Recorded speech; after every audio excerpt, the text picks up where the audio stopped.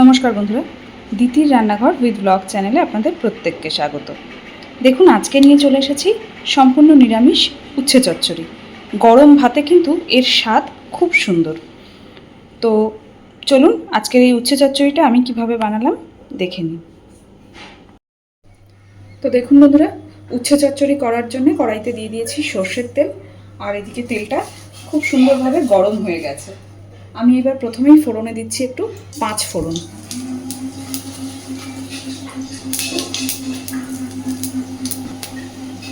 এইবার দিয়ে দিচ্ছি আমি উচ্ছে আর আলুগুলোকে এইভাবে লম্বা লম্বা করে কেটে ধুয়ে গুছিয়ে নিয়েছি।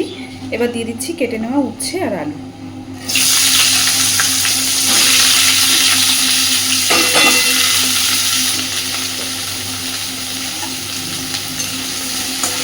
আলু আর উচ্ছেটাকে সুন্দরভাবে একটু ভেজে নেব।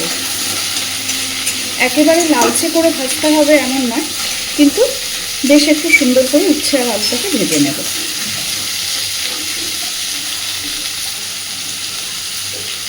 উচ্ছে আর আলুর মধ্যে এবার আমি দিয়ে দেবো পরিমাণ মতো লবণ।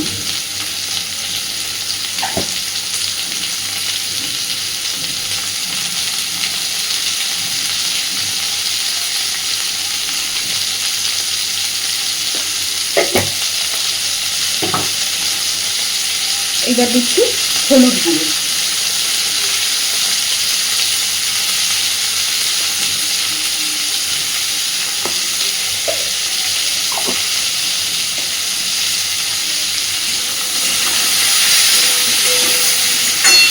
ভালোভাবে মিশিয়ে দিয়ে আরও মিনিট 2-3 সময় নিয়ে উচ্ছে আর আলুটাকে ভেজে দেবো।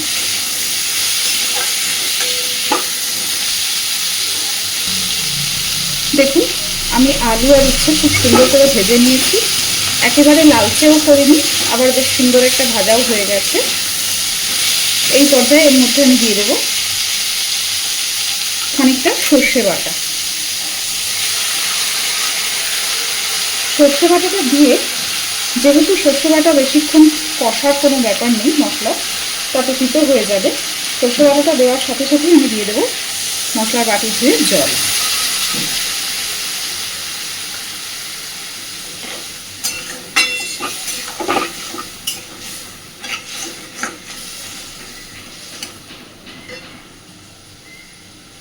আরও খানিকটা জল দিয়ে দিচ্ছি, কারণ আলু উচ্ছে সব কিছু সুন্দরভাবে সিদ্ধ হবে।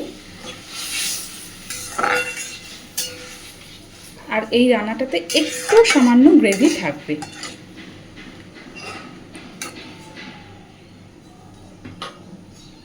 এবার দিয়ে দিচ্ছি ওপর থেকে কয়েকটা চেরা কাঁচা লঙ্কা।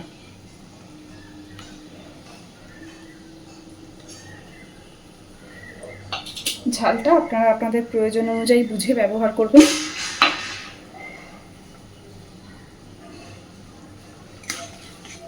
সব কিছুকে ভালোভাবে মিশিয়ে দিয়ে এবার ঢাকা দিয়ে দেব।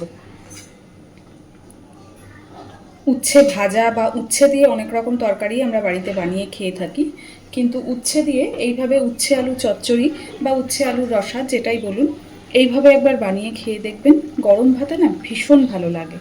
আর এই লঙ্কাটা দেওয়ার কারণে সেই তিতকুটে ভাবটাও থাকে না। যারা উচ্ছে আমরা খেতে ভালোবাসি বা একটু তিতো ধরনের জিনিস আমরা খেতে পছন্দ করি, এইভাবে উচ্ছে চচ্চড়ি কিন্তু একদম অন্যরকম। আর গরম ভাতে যে এর যে কী অসাধারণ স্বাদ। তো এইবার আমি মিনিট 5-এর জন্য ঢাকা দিয়ে দেব।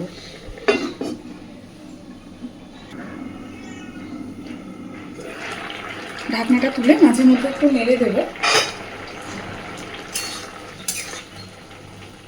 দেখুন, আলু উচ্ছে সবই অনেকটাই সিদ্ধ হয়ে এসেছে।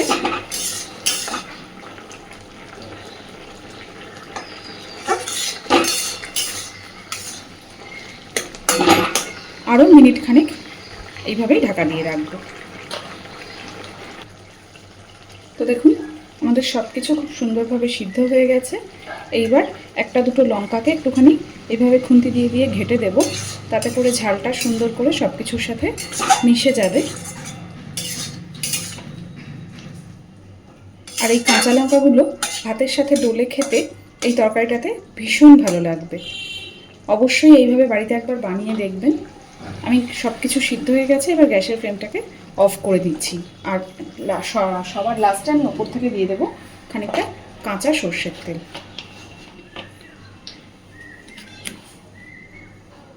খুব বেশি পরিমাণে দেওয়ার দরকার নেই,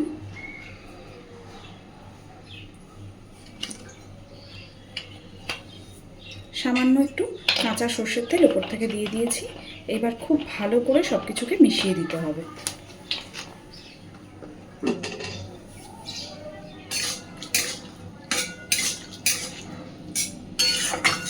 তো আমার একদম নিরামিষ উচ্ছে চচ্চড়ি কিন্তু রেডি।